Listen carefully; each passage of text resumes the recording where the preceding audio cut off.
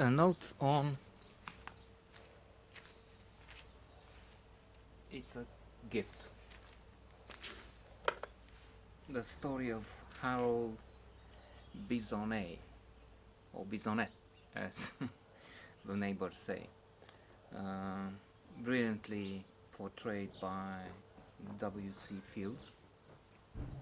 And the film that has been included on the list of all-time 100 movies. You can find it on the Time magazine site, the list.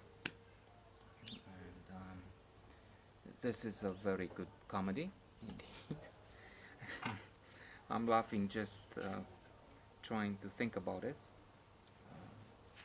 We have this man who is not unusual. We find these people.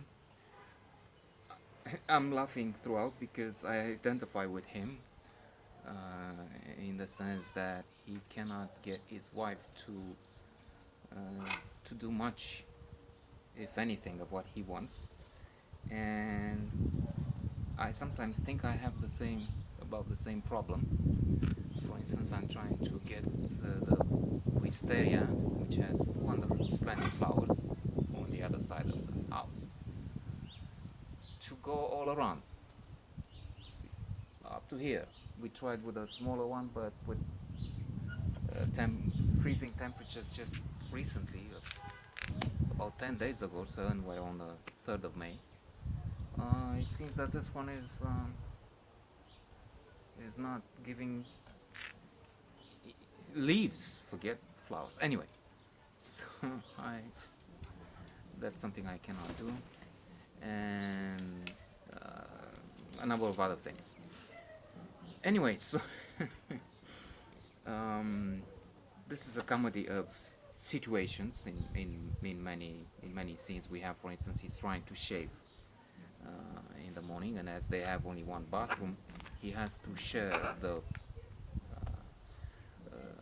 mirror termina with his daughter.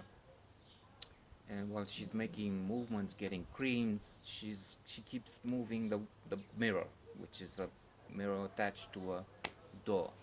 And poor Bissonette, Harold, is trying to shave, moving. Finally, he takes a smaller window and attaches it to the ceiling in various positions, but still that's moving and he's moving, and it looks like he will finally cut himself. His dream is to get an orange grove with the money that he will inherit from an uncle that is in poor condition and eventually dying. His wife would have none of that, so he has to be very careful. She's domineering to the point where the only escape for him is stonewalling and escapism. Stonewalling is identified as one of the 4 horsemen of the apocalypse in the excellent book on marriages, The 7 Principles of Making Marriage Work, by John Gottman, the ultimate expert. There's criticism in there, there's defensiveness, and contempt. Those would be the other 3 horsemen. So the woman keeps pestering him. Nothing he ever does is good, and don't do this, don't do that. Why did you do this? And make sure you don't do the other one. So very often he has to just leave the room and not be present at this continuous, mind-blowing hostility. In the shop there are also many comical situations. There's, for instance, a blind man who comes in and he breaks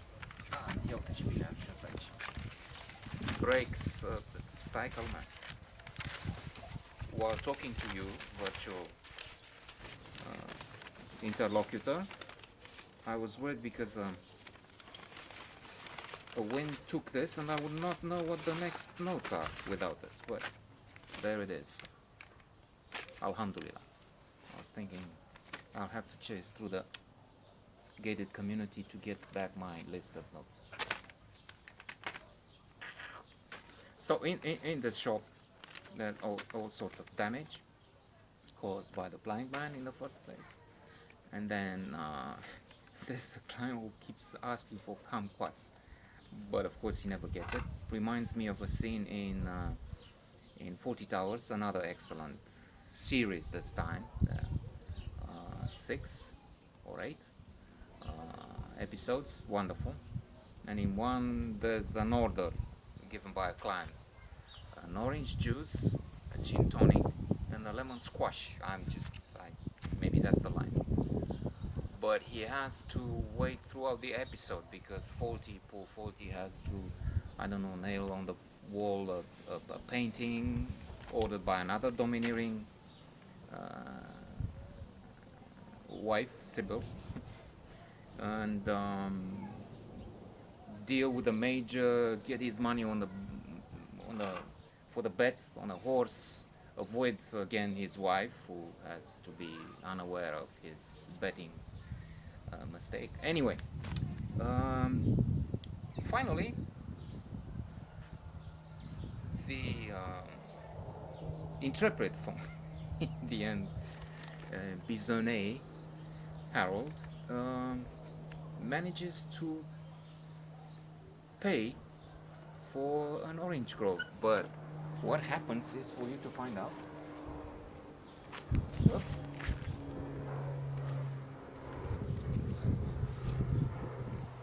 If you watch this very good comedy.